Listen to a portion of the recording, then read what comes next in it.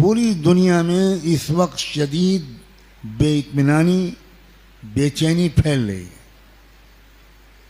हम लोगों को खबर नहीं है, हमारे लोग 100% बेखबर है।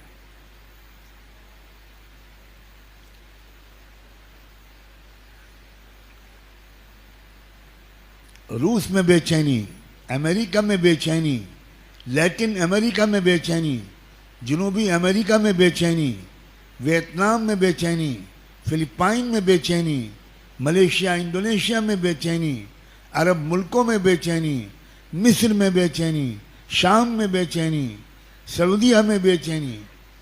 डंडे के जोर से लोगों को चुप रखा जा रहा है। एक आम बेइत्मीनानी है और लोग कोई और निज़ाम ढूंढ रहे हैं। इस्लाम के बारे में जो किताबें लिखी गई हैं दुनिया की ज़बानों में, हम मौलवियों को पता नहीं है। मुसलमान उन किताबों को 10% भी नहीं पढ़ते और गैर मुस्लिम उन किताबों को इस दौर में 40% पढ़ रहे हैं, तलाश कर रहे हैं। अंग्रेजी में जो कुरान की तफसीरें और तर्जुमे इस वक्त छपे हुए हैं इंडिया पाकिस्तान में या यूरोप अमेरिका में, वो सब आउट ऑफ प्रिंट हो गए। लाखों की तादाद में यूरोप के लोग इस वक्त अंग्रेजी वाला कुरान या फ्रांसीसी वाला कुरान या जर्मन ज़बान वाला कुरान तलाश कर रहे हैं।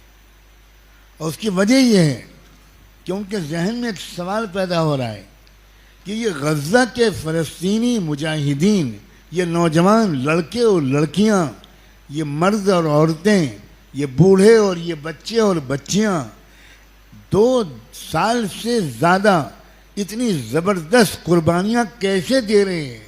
एक आदमी की ज़बान पर शिकायत नहीं है, एक आदमी की आंख में आंसू नहीं है।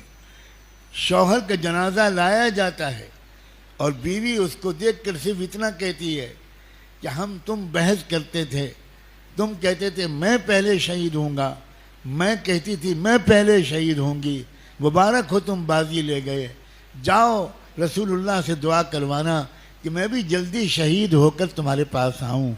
ये कौन लोग हैं? फ्रांस की एक मस्जिद में 80 औरतें, जिनमें साइंटिस्ट औरतें थीं, डॉक्टर थीं, प्रोफेशनल थीं, स्टूडेंट थीं, लड़कियां थीं, 80 औरतें एक वक्त में आईं, इमाम साहब से मिली। उन्होंने पूछा कि आप लोग कैसे आए, ये नमाज का वक्त तो नहीं है? तो वहाँ नमाज में इजाज़त होती है कि गैर मुस्लिम लोग आते हैं और पीछे बैठकर बड़े अदब से अपना सर ढक कर औरतें मुसलमानों को नमाज पढ़ता हुआ देखते हैं। मैं 20वां बार इस मंज़र को देख चुका हूँ।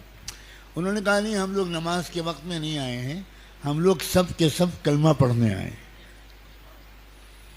तो उन्होंने पूछा कि बहुत खुशी की बात है, अभी ज़रूर कलमा पढ़ेंगे, आप बताइए पहले कि ये ख्याल आपके दिल में कैसे पैदा हुआ? तो एक ने कहा कि मैं टीवी पर देखती हूँ, मैं समझ ही नहीं पा रही थी कि ये क्या जज्बा है इनका, क्या ताकत है। कोई आम लोगों में से, जो शहरी हैं वहाँ 20-25 लाख, उनमें से एक नहीं शिकायत कर रहा है, हमास वालों तुमने हमको मरवा दिया, हमारे सारे मकान तोड़ दिए गए, सर छुपाने की कोई जगह नहीं है। कोई शिकायत नहीं कर रहा है।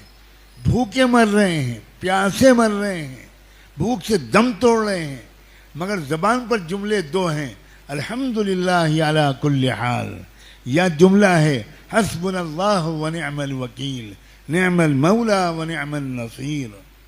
ये जो बातें हम टीवी पर देखा, तो मैंने अपनी एक सहेली को फ़ोन किया और मैंने कहा कि भाई मैं तो मुसलमान होने जा रही हूँ, अब मैं इतने महीनों से देख रही हूँ, दीन तो सच्चा यही है जो ये ताकत दे रहा है, ये कुर्बानियाँ दिलवा रहा है।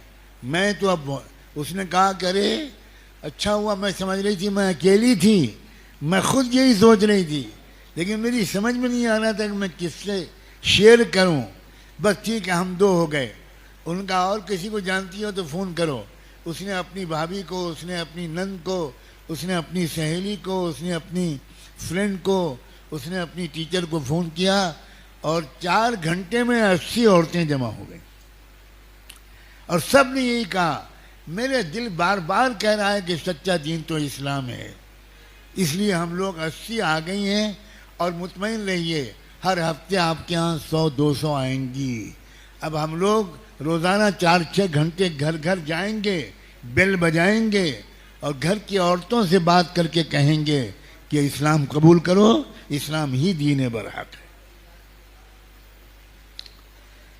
दुनिया तब्दीली चाह रही है, इसकी एक मिसाल के तौर पर मैंने ये वाक़या बयान किया। हमें कुछ खबर नहीं है। मुझे इतना दुख है, इतना गम है इस बात का कि हमें वाकई तब्दीली का जो जज्बा दुनिया के अवाम में है, और ये मैं दुनिया के अवाम की बात कर रहा हूँ, मैं आपसे साफ मस्जिद में बैठकर कसम खा के कह सकता हूँ, हमारे मुल्क के अवाम की भी बड़ी तादाद इस वक्त गैर मुतमईन है और तब्दीली की जगह ढूंढ रही है।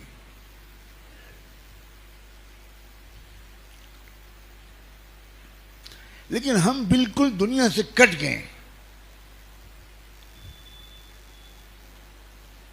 खुदा जाने ये हमने किससे सीखा है।